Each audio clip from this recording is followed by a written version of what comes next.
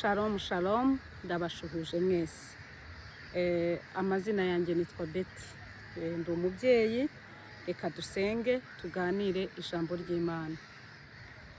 Mana data wa twese uri mu ijuru, se umwami wacu Yesu Kristo, tugushimiye ko ugiye kubana natwe mu mwanya w'ijambo ry'Imana.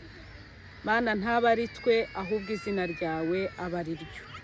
Umwuka wera aganze kandi ategeke. Yewe urivuga nshishijwe bugufi, Mana ushyirwe hejuru. Birakwiriye ko isi yose yubaha Uwiteka.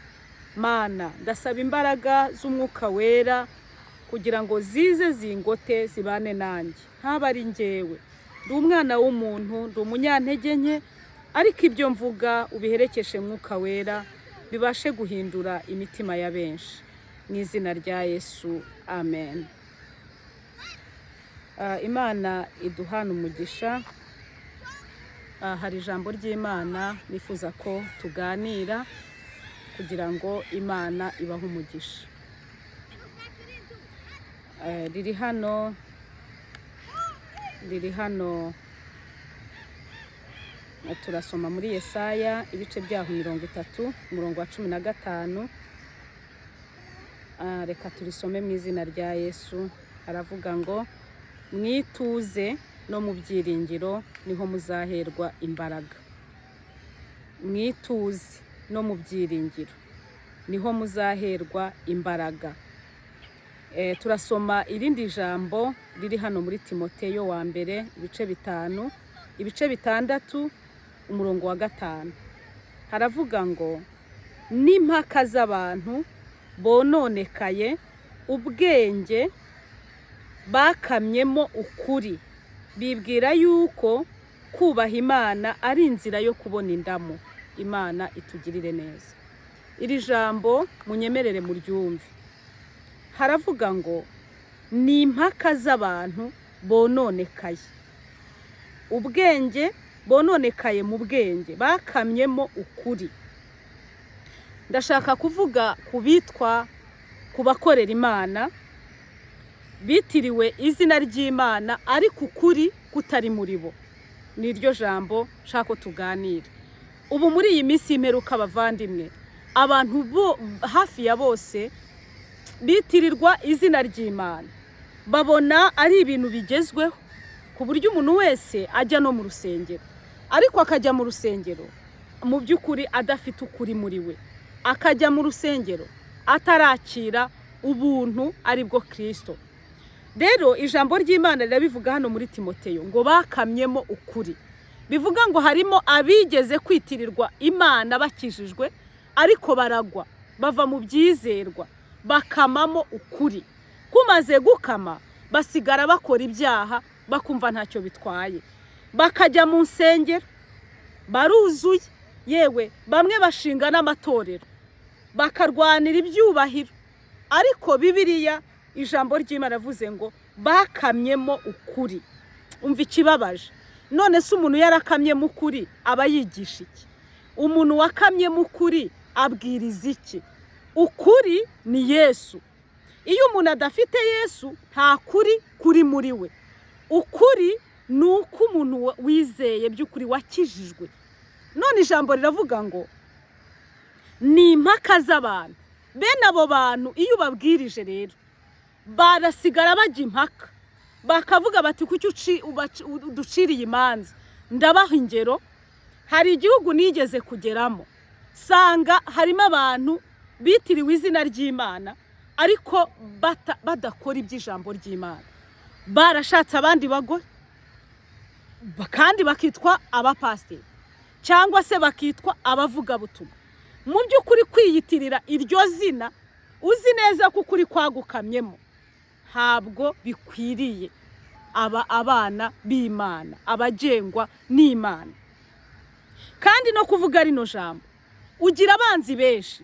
Iyo uvuze ukuri kw'ijambo ry'Imana, bene abo bantu ukababwiriza nk'iri jambo ndi kuvuga ngo bakamyemo ukuri. Imana idusure bene data. Ni impaka z'abantu bononekaye, barononekaye, bari baramenye Imana barangije barayireka, barononekara, barashaka kubwiriza bakinywa amayoga, barashaka kubwiriza ari abatinganyi, barashaka kubwiriza ari abasambanyi, barashaka kubwiriza bafite abagore barenze umwe. Ubutumwa bavuga n'ubuhe bene data? Ariko abizera natwe dukwiriye guhaguruka tukavuga ukuri kw'ijambo ry'Imana. Numva muri njyewe nubwo napfa cyangwa nkicwa, ariko navuze ubutumwa bwiza bw'ukuri, numva nabanezerewe.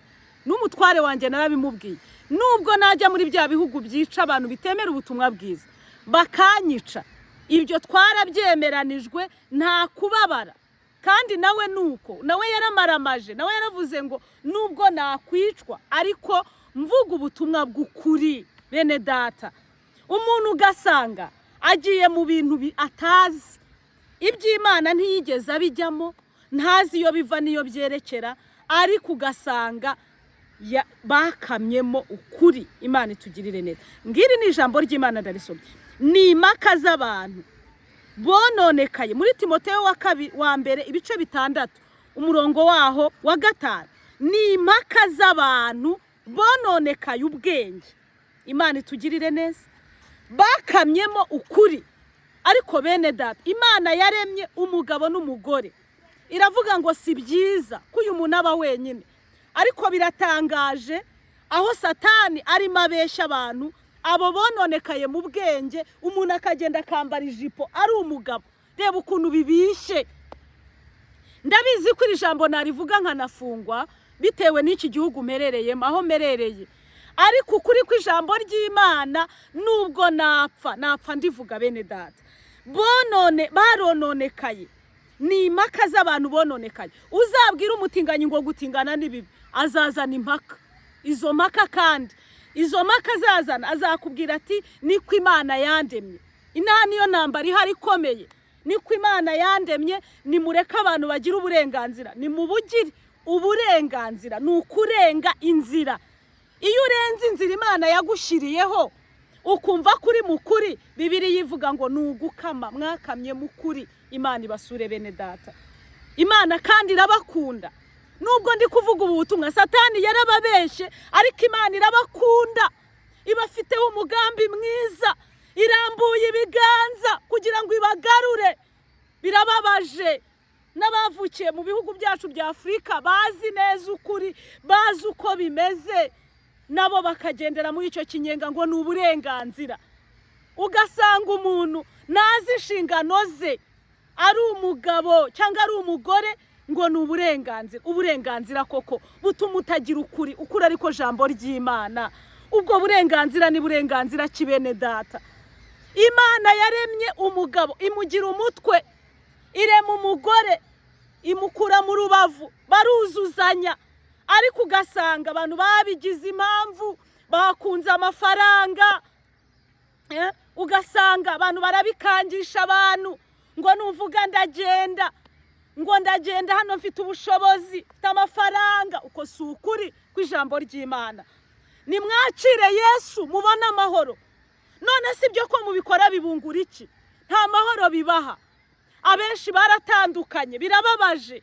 Ukazana n'umuntu mugaturukana iwanyu, mukabyarana abana benshi, ariko wagera hano ukabona yuko atakigezweho. Abagore bataye abagabo babo ngo barakorera Imana. Uyo Mana ukorera ni Imana ya hehe? Imana iba mu muryango, ikunda umuryango. Bene data, nimugarukire Imana. Bagabo n'abagore, nimwubahe Imana, nimugarukire Imana, nimuve mu byaha. Bakobwa n'urubyiruko, muve mu butinganyi, muve mu binyoma. Jambo ry'Imana rivuga ngo bakamye mukuri. Abandi bafite inzara n'inyota byo kuyobora, baragera muri aya mahanga, bamwe bagashinga udusengera ahantu. Imana ibasure bene data. Sico gikwiriye. Cyari igihe cyo gusenga. Isengero sinzirwanyije, nimuzishinge, kuko n'ububari barabushinga buruzuye. Ariko nimuzishinge mugambiriye kubwira abantu ubutumwa bw'ukuri. Ikibabaje ni kimwe, nuko abantu bose bavuga ukuri bararwanywa. Kambaho ubuhamya gatoya. Icyo gihugu ngewe uko nakigezemo, nabonye abantu, natangiye kubwiriza ubutumwa bwiza bwo kwihana ibyaha. Bamwe bagatinya kuntumira cyangwa ututi bakavuga bati reka ko yavuga ibintu bikomeye. None se wowe uravuga ibihe ku butumwa bwiza? Ibi biravuga ngo ijambo ry'Imana ni inkota, riragenda rikinjira rigatandukanya umubiri n'umusokoro. Ni ijambo ry'Imana rifite amugi impande zombi. Iyo uryumvise uri ushaka gukizwa ukarikurikira rirakuyobora, ariko iyo udashaka gukizwa rirakubangamira ukumva birabiye. Ariko ijambo ry'Imana riraryoshye bene data. Mwuka wera w'Imana arahari kugira ngo akwemeze, arahari kugira ngo agushoboze. Reka mbibutse n'akandi, ntabwo iri jambo ndi kurivuga kugira ngo nemeze abantu. Oya, ninde se wakwemeza? Ari umushumba wawe ntiyakwemeje, aho wakuriye muri Afrika ntibakwemeje, aho usengera amahanga ninde uwakwemeza? Ni umwuka wera. Murimo w'abavuga butumwa mwese ni ukubwiriza gusa, nibyo bibareba. Mwuka wera niwe umeze imbuto akayikuza, imbuto y'ijambo ry'Imana. Kandi mbibutse ko haleluya, ijambo ry'Imana nirizagenda ubusa, rizakora icyo Imana yaritumye. Abo bantu bakamyemo ukuri rero, Bibiliya irabavuga muri Timoteyo ngo barirarira. Timoteyo wa 2:3 ngo nindashima, ni ibyigenge. Abenshi ntabwo bumva ukuri, ntabwo bumva ijambo ry'Imana. Nkatwe nkanjye nta muntu naje nzi, ariko biratangaje kumva umuntu yahagarara akakurwanya kubera kuvuga ubutumwa bw'ukuri. Ntabwo muzabishobora. Mureke kurwanya abakozi b'Imana, mureke kurwanya bitiriwe izina ry'Imana. Kristo bakorera azabarwanirira. Ikindi shaka kubabwira, iyo abantu babuze n'icyo bagushinja batangira kukubeshyira. Umuntu akagenda rwose akaguhimbira nk'ikiro, akavuga ati ariko buriya baramu bamubona zirari imbaraga z'Imana. Nigute umuntu yabwiriza umwaka 1, 2, 3? Ni imbaraga z'Imana. Imbaraga z'Imana ziriho zirakora, zibana n'abera. Haleluya. Imbaraga z'Imana zihindura ibihe bigahinduka. Ikindi nabagira inama, ni muhindukire muve muri ibyo, muve mu bwenge bw'impaka, muve mu binyoma, mwakira ukuri. Ukuri ni Kristo. Hano rero haravuga ngo Imana ngo kandi bibwira yuko kubaha Imana ari inzira yo kubonamo indamo. Abenshi niko babigenza, niko bajya bibwira. Murabibona abahanuzi b'ibinyoma baragenda bagahanura ngo ohereza amafaranga ngo usengere. Bene data, ubutumwa bwiza bw'ukuri ntibugurishwa. Wahesha umuntu umugisha, ariko ntabwo warinde kuvuga ngo ohereza. Ibyo bintu mubireke, ababikora mubireke. Noneho babigize nk'ubupfumu. Hano haravuga ngo bibwira yuko kubaha Imana ari inzira yo kubonamo indamo. Ni amatorero menshi ashinga aza yibwira ko ari ukubona kubaha Imana ngo ni ukubonamo indamo. Yesu se yabonye izihe ndamo? Yesu yaranzwe, aricwa, aratukwa, arasuzugurwa, bamwita umutware w'abadayimoni. Si igitangaza ko abavuga ubutumwa bwiza bazabita amazina, bazayahimba, bazabarwanya, ariko ntibazabashobora. Si igitangaza. Kandi ngo nimwishimire yuko nimwishimire yuko mwirukana abadayimoni bagahunga, ahubwo mwishimire ko amazina yanyu yanditse mu gitabo cy'ubugingo. Bene data, ndakubwira nanjye nibwira, nimuze tugarukire Uwiteka, nimuze twubaha Imana, nimuze dusakaza ubutumwa bw'ukuri.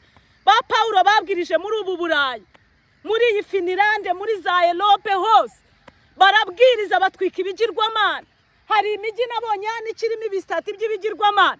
Nabwiye Imana ngo wampaye imbaraga nanjye nk'iza Paulo ngatwika bino bisitati koko. Ibi bigirwamana abantu bacyubatse bagifite. Imana iragushaka ngo uzukorera Imana mwene data. Imana ibaha umugisha. Ndashima Imana cyane. Iri jambo ndabizi ko hari abatari burikunde, ariko niwumva utari kunda ni ikimenyetso ko ukuri kutakiri muri wowe. Niba ukuri kuri muri wowe, iri jambo urarikunda, umfashe no kuribwira abandi. Ndashaka noneho kubwira abantu bageze mu mahanga noneho bakageragezwa. Ndashaka kubakomeza. Yesu Kristo ari mu ruhande rwanyu. Ukabura hujya, wagira ngo urajya hari ukabona ni ibibazo. Abisirayeli hari aho bageze ngo bakabona imbere n'inyanja, inyuma n'imisozi, imbere yabo impande n'imisozi miremire, inyuma ingabo za Farawo zirabakurikiye bakabura aho bajya. Hari abantu babuze aho berekera, yagira ngo arasanga mwene se, agasanga ni wa wundi babandi batagira ukuri, ni babandi bononekaye mu bwenge, ni babandi bafite abagore barenze umwe cyangwa abagabo barenze umwe, bagatangira kukurwanya no kukwanga, ukagira ibibazo kuko winjiye mu bantu babi, noneho wowe ukabura ugatangira kugeragezwa. Nabyo bibaho, hari igihe umuntu yinjira mu bantu ariko bakamyemo ukuri kandi yari umuntu muzima agahura n'ingorane. Ndagira ngo ngukomeze rero, wowe uri guhura n'ibyo byose, Imana iri mu ruhande rwawe, Imana izakugirira neza. Iri jambo ni ijambo umwuka Imana yampaye, ntago ndivuze nk'uko numvaga ndi burivuge kubera igihe gito, ariko abo bantu bakamyemo ukuri. Timoteyo nawe yarabivuze ngo birata, ngo Imana zabo ninda, ngo birata ibitagira umumaro. Umuntu akirata amafaranga ntiyagukiza, amafaranga ntiyakurokora, amafaranga abantu bajya bayasiga bagapfa. Ubu se ababyeyi nitwabagiraga ko batari hose? Amafaranga se bo ntaruta, amafaranga ni nk'amaraso, ninde se utayagira? Yaba ari n'amacyura yafite, ariko ntabwo yagukiza. Icyagukiza ni ukwakira umwami Yesu, nuko wamwakira. Twakoreye Imana tutayagira, kandi ntabwo ibyo byabaye impamvu. Wikwitwaza amafaranga ngo uhemuke, ngo urakennye, ngo niyo mpamvu udasenga. Yesu nibyo yagutumye. Imana ikugirire neza cyane. Abandi bakababeshya. Ese ubuhanuzi butavangiye ni Bibiliya? Wasomye Bibiliya ko ari izakuyobora neza? Bahanuzi bene data, ntago mbarwanya, ariko ndarwanya b'ibinyoma, kuko n'ijambo ry'Imana rirabarwanya. Riravuga ngo Imana yabo ninda. Bibwira yuko, ngiri ni ijambo ry'Imana, ngo bibwira yuko kubaha Imana ari inzira yo kubona indamu. Oya, ntabwo ari inzira yo kubona indamu. Kubaha Imana bihesha ubugingo, bituma ukizwa, ukakira umwami Yesu, akaguhindura, akaguha amahoro. Ariko n'ubutunzi arabufite, n'icyo adafite se. Kera abantu bangaga kujya, baravugaga ngo imperuka igiye kugera, ngo ntabwo biga, ngo ntabwo bakora, ngo imperuka igiye kugera. None ko hari mu 2000, ubu ni turi mu 2026, mujye mugira n'ubwenge bene data. Ubwenge bw'Imana buraboneye. Imana ibaha umugisha. Nagira ngo tuganire rino jambo. Hanyuma rero muri Yesaya 30:15 baravuga ngo mwituze no mu byiringiro niho muzaherwa imbaraga. Mwituze no mu byiringiro. Imana ibaha umugisha, kandi ubu butumwa niwumva wabusakaza ukabuha n'abandi, nabo bakaruhuka umutima cyangwa bakihana bakava mu byaha, ubutange. Ariko mumenye ko tugeze mu minsi ikomeye, aho basigaye bavuga ngo umuntu uzajya uvuga ku butinganyi ngo bazajya bamufunga, bamukati. None rega mwaracecetse, mwagiye mwishuka, ntago muri no kubivuga, muri mwishuka ngo batabafunga. Ubundi se uyu mubiri twambaye n'ubundi tuzapfa. Nimuvuga ubutumwa bene data, haleluya, nimubwiriza abantu, mubabwire ibyururutse imitima, kandi hari benshi bazahinduka, hari n'abahindutse. Nge ndashima Imana, hari umuntu umwe rwose wari waragiye muri ibyo bitindi by'ibitinganyi, byekiriye umwami Yesu aragaruka, ariko bari baramwononye mu bwenge, yabonaga n'abasenga akabahungira kure. Ndakomeza imiryango ifite bene abo bana babananiye bakajya muri ibyo bintu. Mwahuye n'akaga gakomeye, turasenga Imana igarura abo bene wacu bagiye muri ibyo bintu bibabaza Imana. Icyaha cyarimbuye Sodomu na Gomora ni igihe ngo abana b'abantu ngo bifuje kuryamana n'abamarayika. Abamarayika baje ngo bajya barabifuza. Bene data, nicyo cyaha cyarimbuye Sodomu na Gomora. Iyi si mureba igeze ku mugoroba w'isi, irarangiye. Systeme y'isi irashaka gukuraho ibintu byose by'ijambo ry'Imana. Indirimbo zose, ibi bintu bya AI byaje n'ibimana by'isi, urigisha wakigisha ijambo ry'Imana ukumva byajemo ngo bitranslating.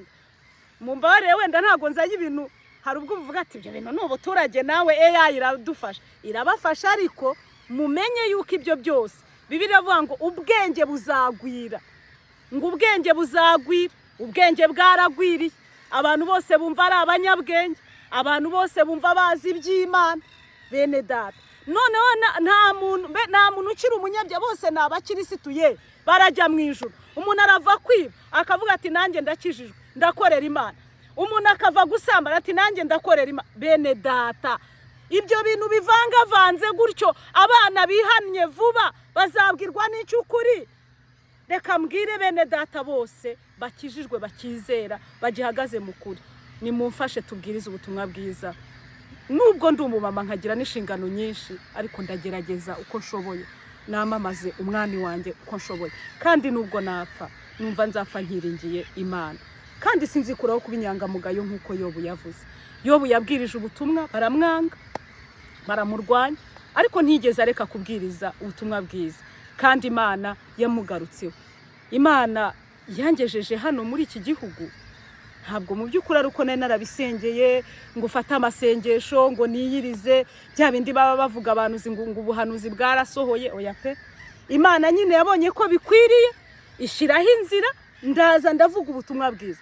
Ariko naho si mu ijuru, ibigeragezo birahari.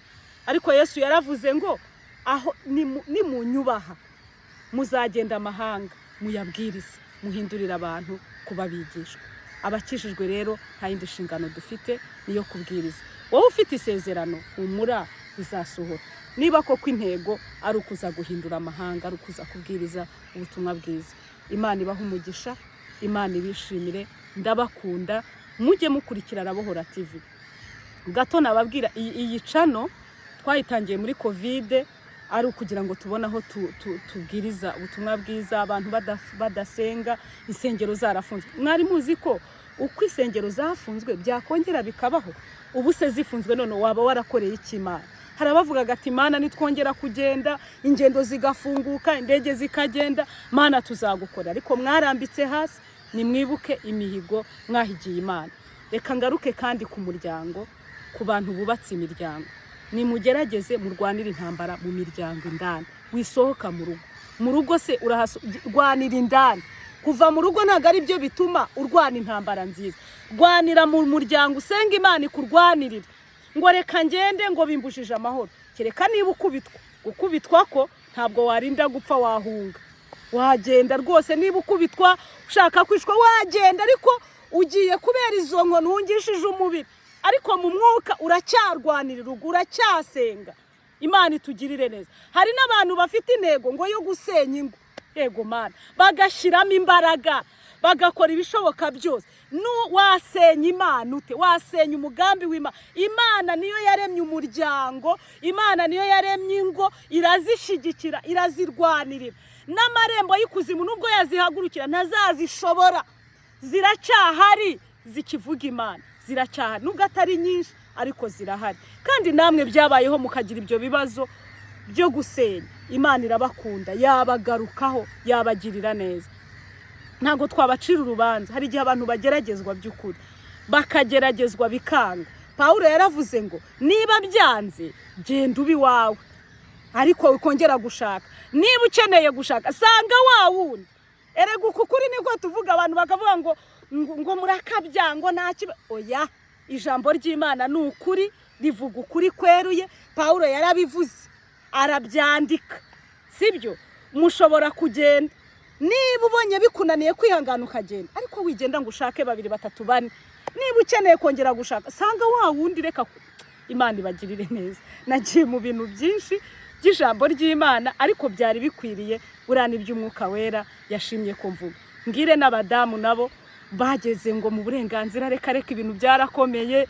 Abagabo agahinda karabishe, babuze uko babigenza, baririrwa mu bigare bagenda, ngo baratembera, ngo bararuhura imibiri. Ariko koko ese ntiwawuruhura uri kumwe na mugenzi wawe?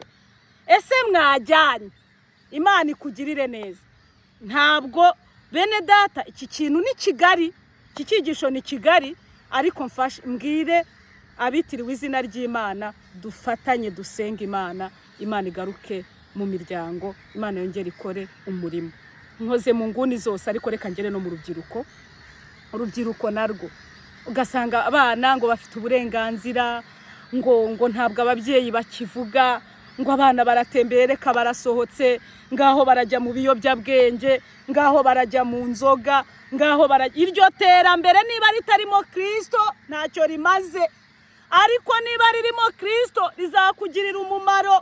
Mwubaha ababyeyi banyu, niko ijambo ry'Imana rivuga. Mwubaha ababyeyi banyu. Naratangaye n'uruhinja umwana muto ujya kumva polishi. Iyo polishi umwana w'imyaka 2 yayibwiwe niki? Ibyo byose Bibiliya yaravuze ngo abana bubaha ababyeyi kugira ngo baramire mu gihugu. Ababyeyi nabo bagira inshingano ku bana. Hari n'ababyeyi bata inshingano. None se umubyeyi azajya gusambana arimo arigisha icy'umwana se? Umubyeyi azajya kwiba arimo arigisha icy'umwana se? Ngo umubyeyi umwe, reka nsoreze kuri aka gatekerezo, ngo yagiye kwiba ibigori ajya mu murima, abwira umwana ati mwana undebere hariya nanjye ndareba hariya. Ngo baracunga barareba babona nta muntu, bajya guca ibigori by'abandi. Ngo umwana aramubwira ati none se mama ko hirya no hino harebye uri hejuru ntiyakubonye? Rero Bibiliya iravuga ngo ibyo urabikora nka kwihorera ukibwira ko mwanye nawe, ngo nzabishyira imbere yawe uko bikurikirana. Nukuri bene data, mumbabarire niba wenda nkoresheje amagambo aremereye, ariko intego yanjye nuko abantu bose bamenye ukuri nkuko ijambo ry'Imana ribivuga. Erega ntabwo abantu bose ari babi. Mu babi ngo harimo n'abeza. Hari ababi ariko harimo n'abeza. Ariko kugira ngo ube mwiza nuko waba ufite Imana muri wowe. Ukuri niko kwakubatura. Nimwakira ukuri rero, ukuri niko Yesu. Ijambo ry'Imana ngo kuko Imana yakunze abari mu isi cyane, byatumye itanga umwana wayo w'ikinege kugira ngo umwizera wese atarimbuka ahubwo ahabwe ubugingo buhoraho. Icyaha kitababarirwa nicyo gutuka umwuka wera. Gutuka umwuka wera ni ukuba waramenye ukuri ukaguhakana. Imana ibagirire neza, Imana ibahe umugisha, Imana ibishimire. Ndabakunda, reka mbasengere. Mana Data, sengeye umuntu wese wumvise rino jambo, umukomeze, abifuza gukizwa ubaha agakiza, abari baraguye ubabyutse, abanga ukuri kw'ijambo ry'Imana nabo ubuntu bwawe bubazeho bagukunde, mu izina rya Yesu, amen.